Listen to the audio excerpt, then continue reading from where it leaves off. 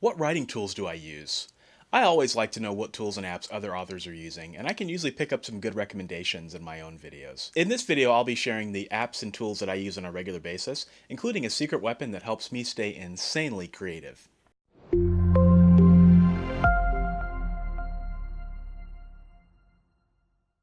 What's up, guys? This is Michael Around with Author Level Up, giving you the best tools and strategies for writing faster and growing your influence with readers. If this is your first time on the channel, don't forget to subscribe to get new writing videos every week. And in this video, we're talking about the tools I use every day to help me write better, faster, build my author brand, and publish my books. You can find links to all the tools I mentioned in this video in the video description. Tool number one is my MacBook Air laptop. It's my workhorse and it's how I get everything done. Apple products aren't cheap, but they pay for themselves and last a long time. I also have several external hard drives that I use to store things like videos, audio, photos, and high-res Photoshop files that I use to create marketing materials. External hard drives are an essential when you're working with high-quality media. Tool number two is Scrivener, an app that needs no introduction. I use Scrivener exclusively to write my fiction and short stories. I also use the Scrivener iOS app to write on the go. I personally believe that Scrivener is a must-have app for anyone wanting to write professionally. I use Scrivener for my fiction and Ulysses for my nonfiction, YouTube scripts, and podcast scripts. You might be thinking, why use two apps instead of just one? I like Ulysses' universal library function, and I find that it lends itself better to my nonfiction than Scrivener.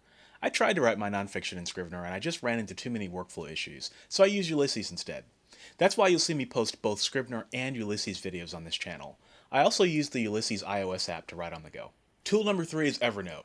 I use Evernote as a sketchbook of sorts to help me capture ideas and inspirations as they come to me. I also use it to track projects. I have the iPhone app so I can pull it out and jot down ideas whenever I have them. I also use the audio capture feature quite a bit to capture voice memos or ambience. Tool number four is the Be Focused Pomodoro app. You've probably heard of the Pomodoro method, so I won't go into that here.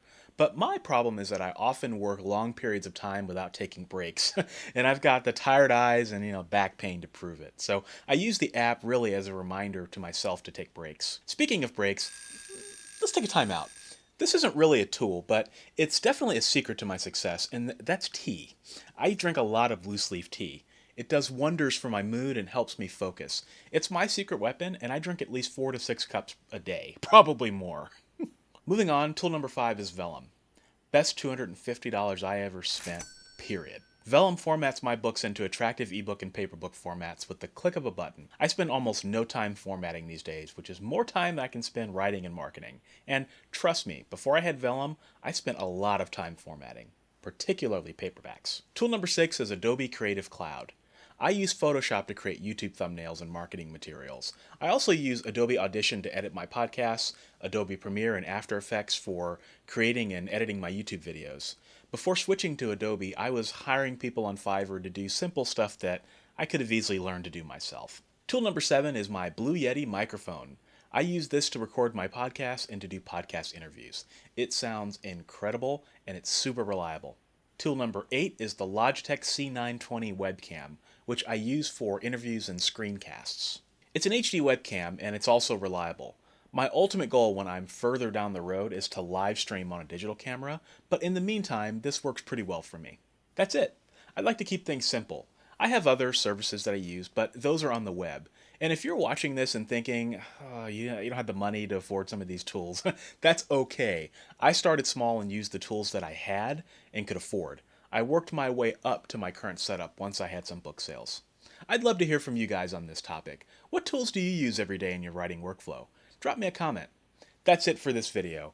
And if this is your first time watching, I would love to have you subscribe. Every week I publish videos just like this one with writing and marketing advice to help you write better and grow your influence with readers. So thanks for watching, and I'll see you in the next video.